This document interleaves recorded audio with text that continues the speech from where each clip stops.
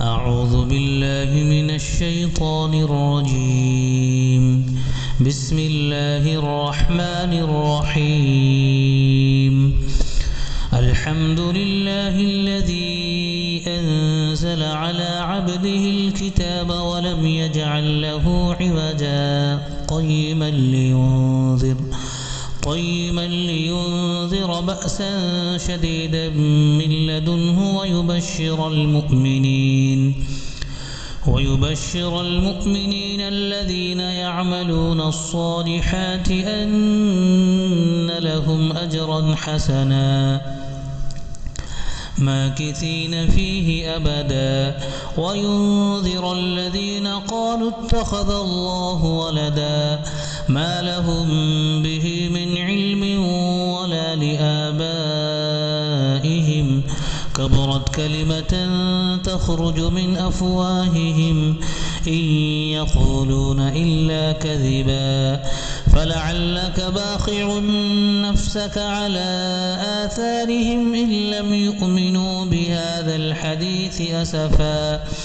إنا جعلنا ما على الأرض زينة لها لنبلوهم أيهم أحسن عملا وإنا لجاعلون ما عليها صعيدا جرزا أم حسبت أن أصحاب الكهف والرقيم كانوا من آياتنا عجبا إذ أوى الفتية إلى الكهف فقالوا ربنا آتنا من لدنك رحمة وهيئ لنا من أمرنا رشدا فضربنا على آذانهم في الكهف سنين عددا ثم بعثناهم لنعلم أي الحزبين أحصى لما لبثوا أمدا نحن نقص عليك نبأهم بالحق إنهم فتية آمنوا بربهم وزدناهم هدى وربطنا على قلوبهم إذ قاموا فقالوا ربنا رب السماوات والأرض لن ندعو من دونه إلها لقد قلنا إذا شططا هؤلاء قومنا اتخذوا من دونه آلهة لولا يأتون عليهم بسلطان بين فمن أظلم ممن افترى على الله كذبا وإذ اعتزلتموهم وما يعبدون إلا الله فأبوا إلى الكهف ينشر لكم ربكم من رحمته ويهيئ لكم من أمركم مرفقا وترى الشمس إذا طلعت تزاور عن كهفهم ذات اليمين وإذا غربت تقرضهم ذات الشمال وهم في فجوة منه ذلك من آيات الله من يهد الله فهو المهتد ومن يضلل فلن تجد له وليا مرشدا وتحسبهم أيقاظا وهم رقود ونقلبهم ذات اليمين وذات الشمال وكلبهم باسط ذراعيه بالوصيد لو اطلعت عليهم لوليت منهم فرارا ولملئت منهم رعبا وكذلك بعثناهم ليتساءلوا بينهم قال قائل منهم كم لبثتم قالوا لبثنا يوما أو بعض يوم قالوا ربكم أعلم بما لبثتم فبعثوا أحدكم بورقكم هذه إلى المدينة فلينظر أيها أزكى طعاما فليأتكم برزق منه وليتلطف ولا يشعرن بكم أحدا إنهم إن يظهروا عليكم يرجموكم أو يعيدوكم في ملتهم ولن تفلحوا إذا أبدا وكذلك أعثرنا عليهم ليعلموا أن وعد الله حق وأن الساعة لا ريب فيها إذ يتنازعون بينهم أمرهم فقالوا ابنوا عليهم بنيانا ربهم أعلم بهم قال الذين غلبوا على أمرهم لنتخذن عليهم مسجدا سيقولون ثلاثة رابعهم كلبهم ويقولون خمسة سادسهم كلبهم رجما بالغيب ويقولون سبعة وثامنهم كلبهم قل ربي أعلم بعدتهم ما يعلمهم إلا قليل فلا تمار فيهم إلا مراء ظاهرا ولا تستفت فيهم منهم أحدا ولا تقولن لشيء إني فاعل ذلك غدا إلا أن يشاء الله واذكر ربك إذا نسيت وقل عسى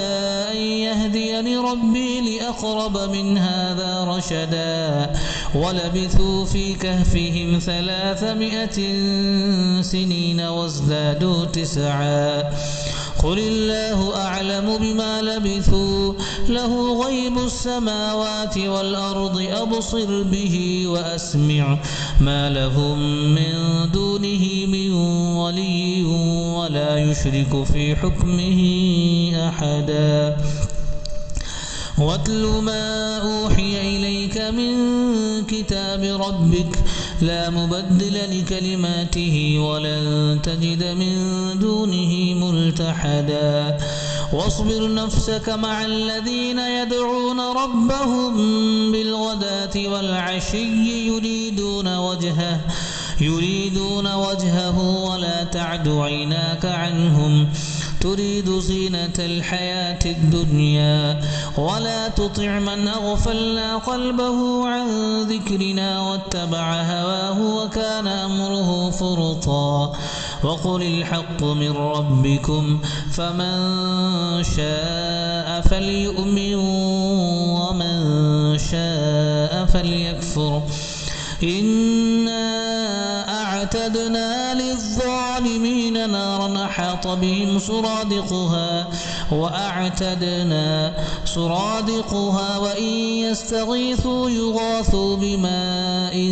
كالمهل يشوي الوجوه بئس الشراب وساءت مرتفقا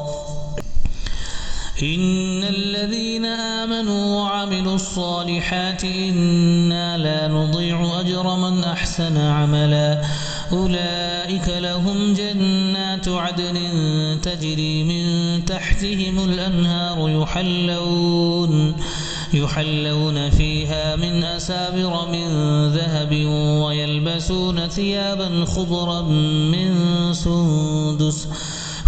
من سندس واستبرق متكئين فيها على الأرائك نعم الثواب وحسنت مرتفقا واضرب لهم مثل الرجلين جعلنا لأحدهما جنتين من أعناب وحففناهما بنخل وجعلنا بينهما زرعا كلتا الجنتين آتت أكلها ولم تظلم منه شيئا وفجرنا خلالهما نهرا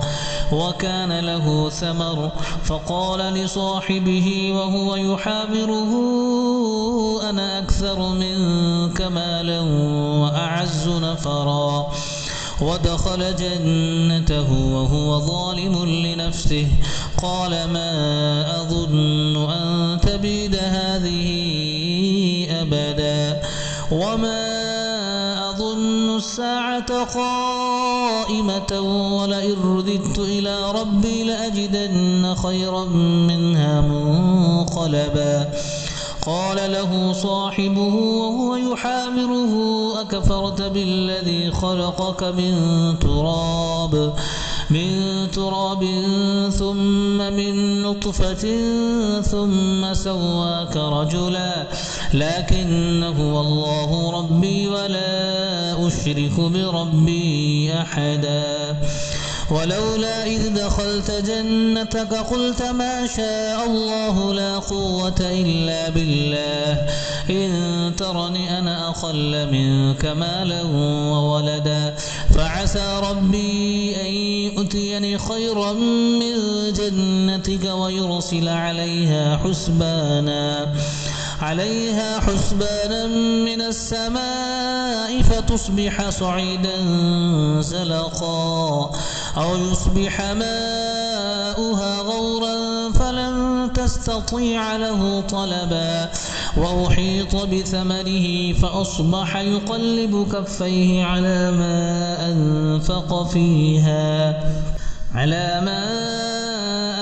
أنفق فيها وهي خاوية على عروشها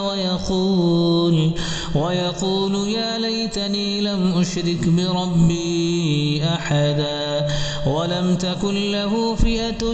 ينصرونه من دون الله وما كان منتصرا هنالك الولاية لله الحق هو خير ثوابا وخير عقبا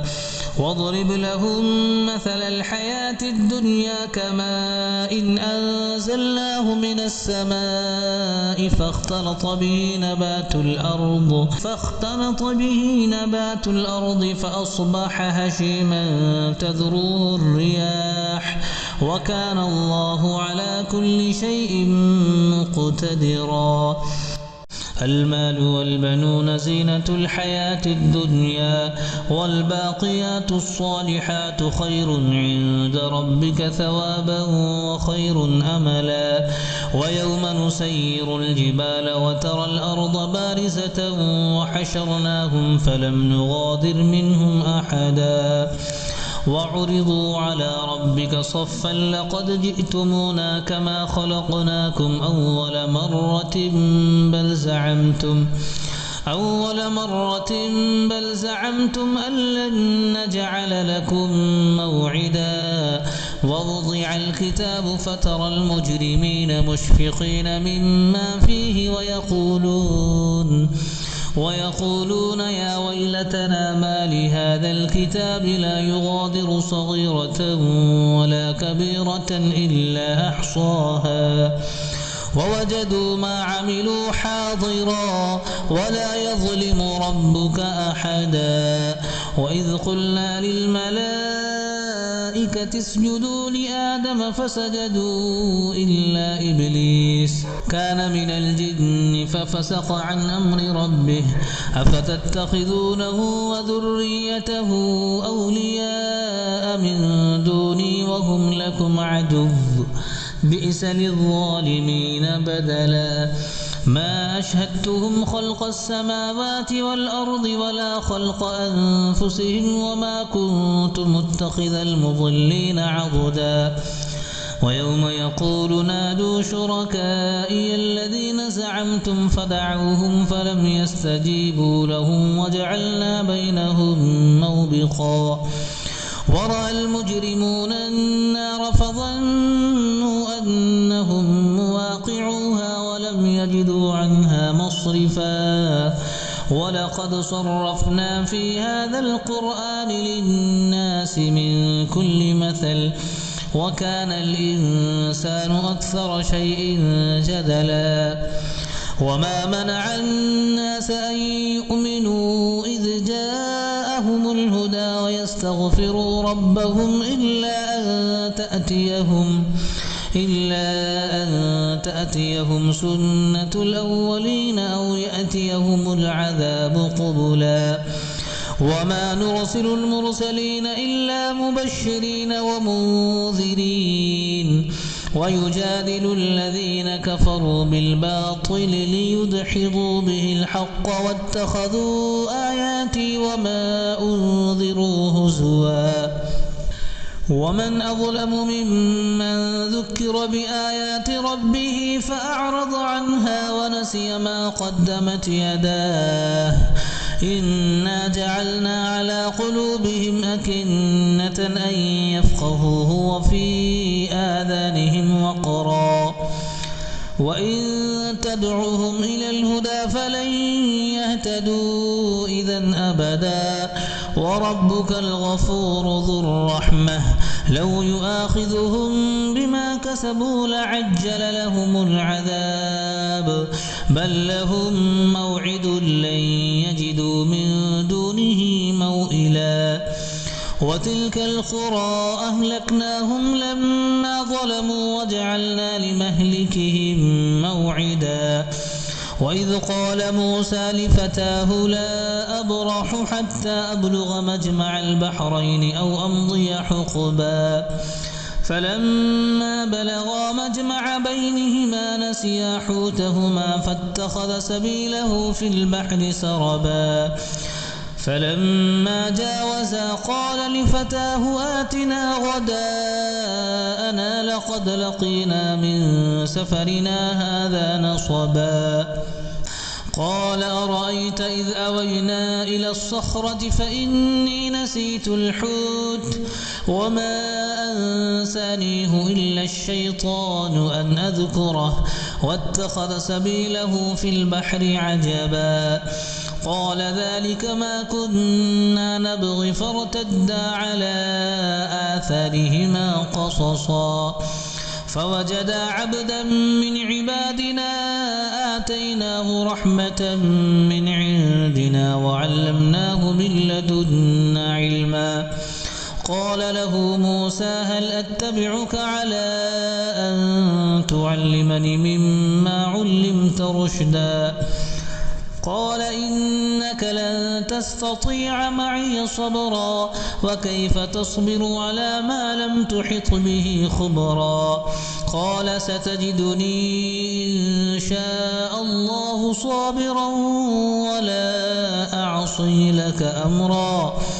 قال فإن اتبعتني فلا تسألني عن شيء حتى أحدث لك منه ذكرا فانطلقا حتى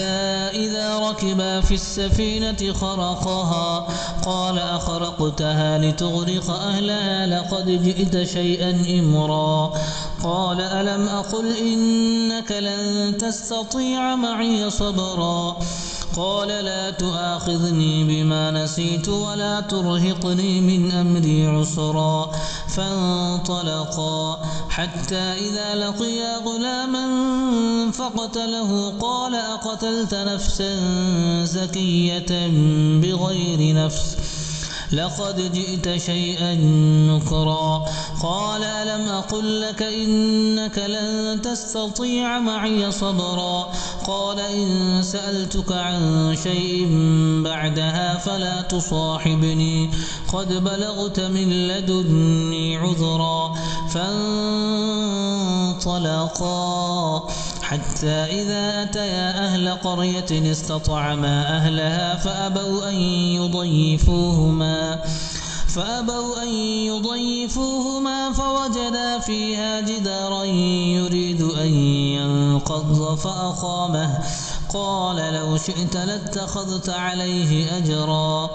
قال هذا فراق بيني وبينك سأنبئك بتأويل ما لم تستطع عليه صبرا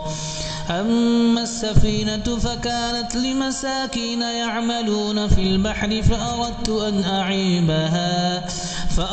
أن أعيبها وكان وراءهم ملك يأخذ كل سفينة غصبا وأما الغلام فكان أبواه مؤمنين فخشينا أن يرهقهما طغيانا وكفرا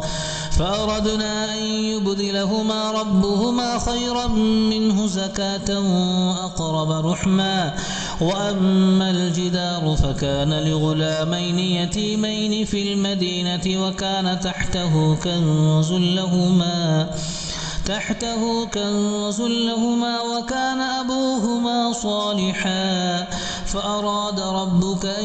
يبلغا أشدهما ويستخرجا كنزهما رحمة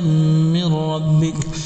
وما فعلته عن أمري ذلك تأويل ما لم تسطع عليه صبرا ويسألونك عن ذي القرنين قل سأتلو عليكم منه ذكرا إنا مكنا له في الأرض وآتيناه من كل شيء سببا فأتبع سببا حتى إذا بلغ مغرب الشمس وجدها تغرب في عين حمئة ووجد عندها قوما قلنا يا ذا القرنين إما أن تعذب وإما أن تتخذ فيهم حسنا قال أما من ظلم فسوف نعذبه ثم يرد إلى ربه فيعذبه عذابا نكرا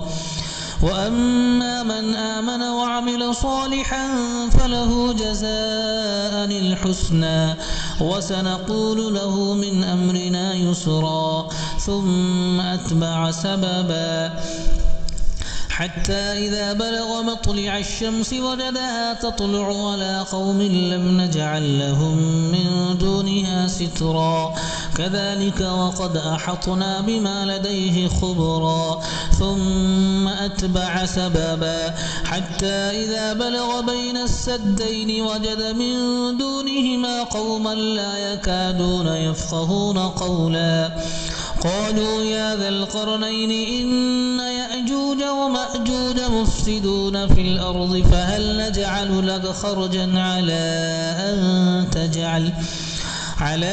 أن تجعل بيننا وبينهم سدا قال ما مكني فيه ربي خير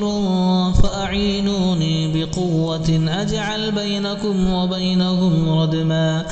آتوني زبر الحديد حتى إذا ساوى بين الصدفين قال انفخوا حتى إذا جعله نارا قال آتوني أفرغ عليه قطرا فما استطاعوا أن يظهروه وما استطاعوا له نقبا قال هذا رحمة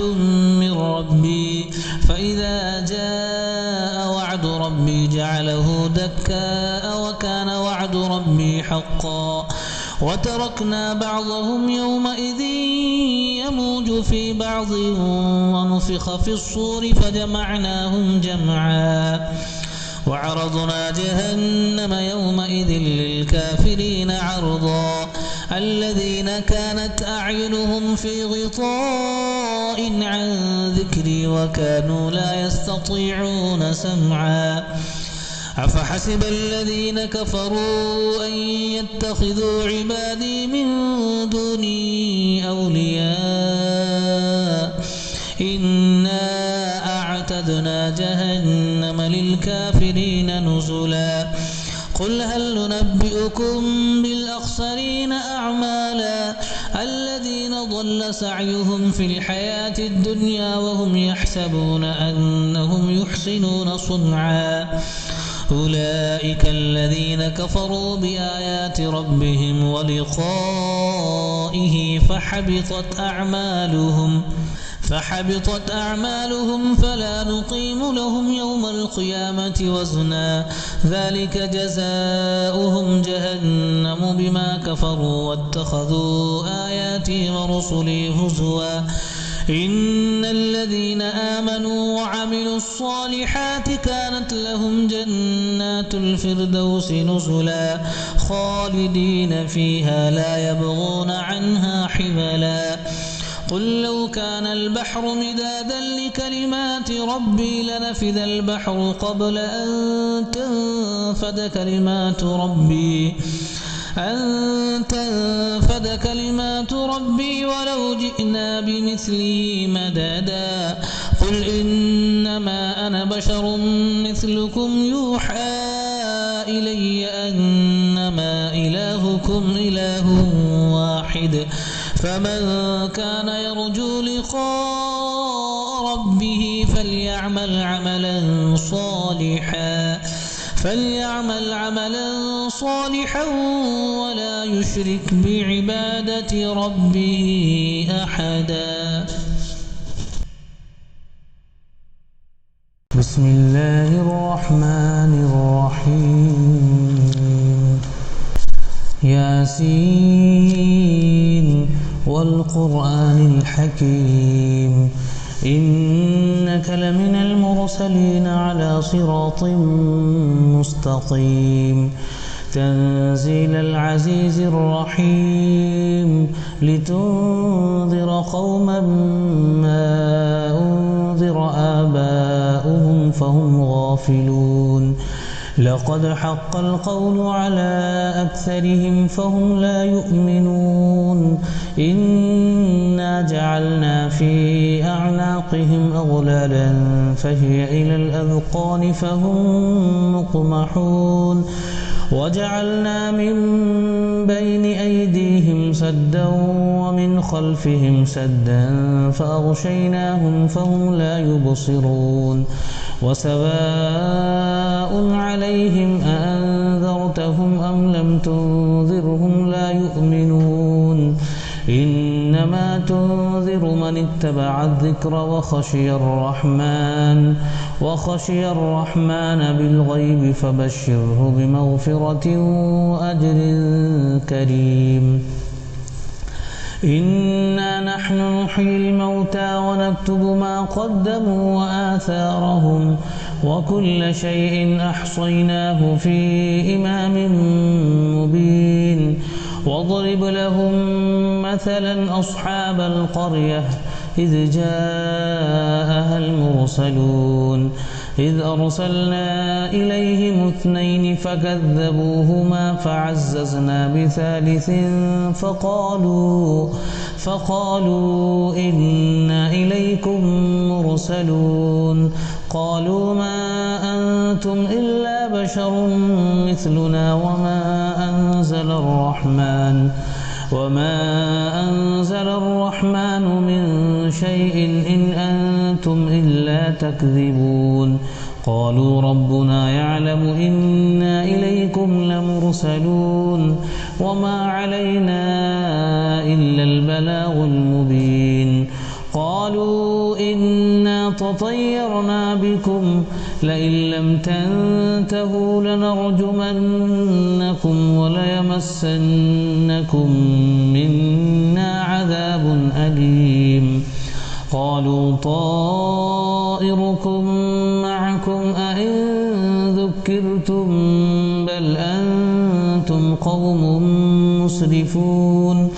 وجاء من أقصى المدينة رجل يسعى قال يا قوم اتبعوا المرسلين اتبعوا من لا يسألكم أجرا وهم مهتدون وما لي لا أعبد الذي فطرني وإليه ترجعون أأتخذ من دونه آلهة إن يردني الرحمن بضر لا تغن عني شفاعتهم شيئا ولا ينقذون إني إذا لفي ضلال مبين إني آمنت بربكم فاسمعون قيل ادخل الجنة قال يا ليت قومي يعلمون بما غفر لي ربي وجعلني من المكرمين وما أنزلنا على قومه من بعده من جند من السماء وما كنا منزلين إن كانت إلا صيحة واحدة فإذا هم خامدون يا حسرة على العباد ما يأتيهم من رسول إلا كانوا به يستهزئون ألم يروا كم أهلكنا قبلهم من القرون أنهم إليهم لا يرجعون وإن كل لما جميع لدينا محضرون وآية لهم الأرض الميتة أحييناها وأخرجنا منها حبا فمنه يأكلون وجعلنا فيها جنات من نخيل وأعناب وفجرنا فيها من العيون ليأكلوا من ثمره وما عملته أيديهم أفلا يشكرون سبحان الذي خلق الأزواج كلها مما تنبت الأرض ومن أنفسهم ومما لا يعلمون وآية لهم الليل نسلخ منه النهار فإذا هم مظلمون والشمس تجري لمستقر لها ذلك تقدير العزيز العليم والقمر قدرناه منازل حتى عاد كالعرجون القديم لا الشمس ينبغي لها أن تدرك القمر ولا الليل سابق النهار وكل في فلك يسبحون وآية لهم أنا حملنا ذريتهم في الفلك المشحون وخلقنا لهم من مثله ما يركبون وإن نشأ نغرقهم فلا صريخ لهم ولا هم ينقذون إلا رحمة منا ومتاعا إلى حين وإذا قيل لهم اتقوا ما بين أيديكم وما خلفكم لعلكم ترحمون وما تأتيهم من آية من آيات ربهم إلا كانوا عنها معرضين وإذا قيل لهم أنفقوا مما رزقكم الله قال الذين كفروا للذين آمنوا أنطعم من لو يشاء الله أطعمه إن أنتم إلا في ضلال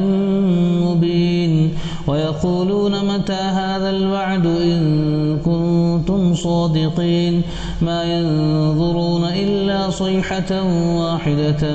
تأخذهم وهم يخصمون فلا يستطيعون توصية ولا إلى أهلهم يرجعون ونفخ في الصور فإذا هم من الأجداث إلى ربهم ينسلون قالوا يا ويلنا من بعثنا من مرقدنا هذا ما وعد الرحمن وصدق المرسلون إن كانت إلا صيحة واحدة فإذا هم جميع لدينا محضرون فاليوم لا تظلم نفس شيئا ولا تجزون إلا ما كنتم تعملون إن أصحاب الجنة اليوم في شغل فاكهون هم وأزواجهم في ظلال على الأرائك متكئون لهم فيها فاكهة ولهم ما يدعون سلام قولا من رب رحيم وامتازوا اليوم أيها المجرمون ألم أعهد إليكم يا بني آدم ألا تعبدوا الشيطان إنه لكم عدو مبين وأن اعبدوني هذا صراط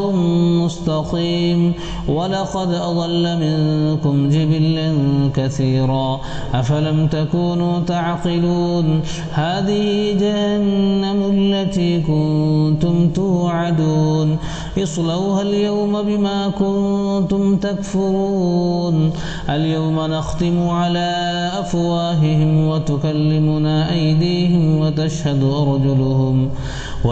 أرجلهم بما كانوا يكسبون ولو نشاء لطمسنا على أعينهم فاستبقوا الصراط فأنى يبصرون ولو نشاء لمسخناهم على مكانتهم فما استطاعوا مضيا ولا يرجعون ومن نعمره ننكسه في الخلق فلا يعقلون وما علمناه الشعر وما ينبغي له إن هو إلا ذكر وقرآن مبين لينذر من كان حيا ويحق القول على الكافرين أولم يروا أنا خلقنا لهم مما عملت أيدينا أنعاما فهم لها مالكون وذللناها لهم فمنها ركوبهم ومنها يأكلون ولهم فيها منافع ومشارب أفلا يشكرون واتخذوا من دون الله آلهة لعلهم ينصرون لا يستطيعون نصرهم وهم لهم جند محضرون فلا يحزنك قولهم إنا نعلم ما يسرون وما يعلنون أولم ير الإنسان أنا خلقناه من نطفة فإذا هو خصيم مبين وضرب لنا مثلا ونسي خلقه قال من يحيي العظام وهي رميم قل يحييها الذي أنشأها أول مرة وهو بكل خلق عليم الذي جعل لكم من الشجر الأخضر نارا فإذا أنتم منه توقدون أوليس الذي خلق السماوات والأرض بقادر على أن يخلق مثلهم بلى وهو الخلاق العليم إنما أمره إذا أراد شيئا أن يقول له كن فيكون فسبحان الذي بيده ملكوت كل شيء وإليه ترجعون بسم الله الرحمن الرحيم الرحمن علم القرآن خلق الإنسان علمه البيان الشمس والقمر بحسبان والنجم والشجر يسجدان والسماء رفعها ووضع الميزان ألا تطغوا في الميزان وأقيموا الوزن بالقسط ولا تخسروا الميزان والأرض وضعها للأنام فيها فاكهة والنخل ذات الأكمام والحب ذو العصف والريحان فبأي آلاء ربكما تكذبان خلق الإنسان من صلصال كالفخار وخلق الجان من مارج من نار فبأي آلاء ربكما تكذبان رب المشرقين ورب المغربين فبأي آلاء ربكما تكذبان مرج البحرين يلتقيان بينهما برزخ لا يبغيان فبأي آلاء ربكما تكذبان يخرج منهما اللؤلؤ والمرجان فبأي آلاء ربكما تكذبان وله الجوار المنشآت في البحر كالأعلام فبأي آلاء ربكما تكذبان كل من عليها فان ويبقى وجه ربك ذو الجلال والإكرام فبأي آلاء ربكما تكذبان يسأله من في السماوات والأرض كل يوم هو في شأن فبأي آلاء ربكما تكذبان سنفرغ لكم أيها الثقلان فبأي آلاء ربكما تكذبان يا معشر الجن والإنس إن استطعتم أن تنفذوا من أقطار السماوات والأرض فانفذوا لا تنفذون إلا بسلطان فبأي آلاء ربكما تكذبان يرسل عليكما شواظ من نار ونحاس فلا تنتصران فبأي آلاء ربكما تكذبان فإذا انشقت السماء فكانت وردة كالدهان فبأي آلاء ربكما تكذبان فيومئذ لا يسأل عن ذنبه إنس ولا جان فبأي آلاء ربكما تكذبان يعرف المجرمون بسيماهم فيؤخذ بالنواصي والأقدام فبأي آلاء ربكما تكذبان هذه جهنم التي يكذب بها المجرمون يطوفون بينها وبين حميم آن فبأي آلاء ربكما تكذبان